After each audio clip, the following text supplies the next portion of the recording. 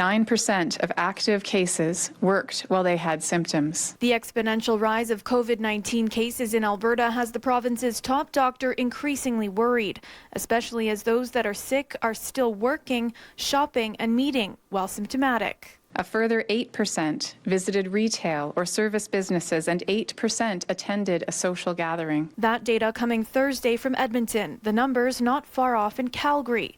So why are people working and going out while sick?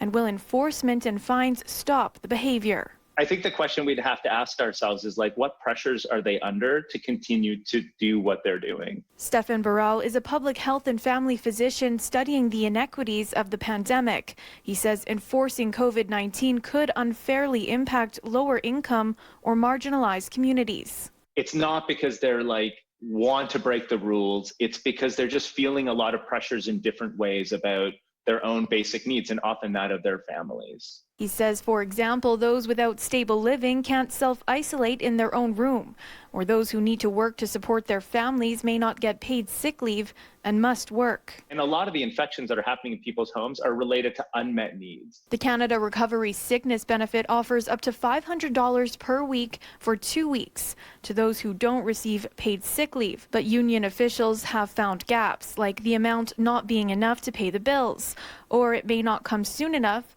and the application process may present barriers. This is a political game right now. It's not about a virus, right? The fact that they can tell you how many people you can have in your house, come on. Defiance in the pandemic has been documented. This maskless gathering Wednesday in Winnipeg exceeding the limit of 5 people.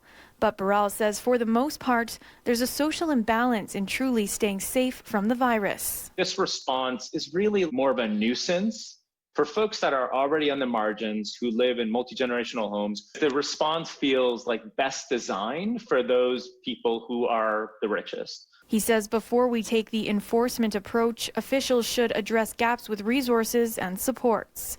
In Calgary, Taylor Brott, City News.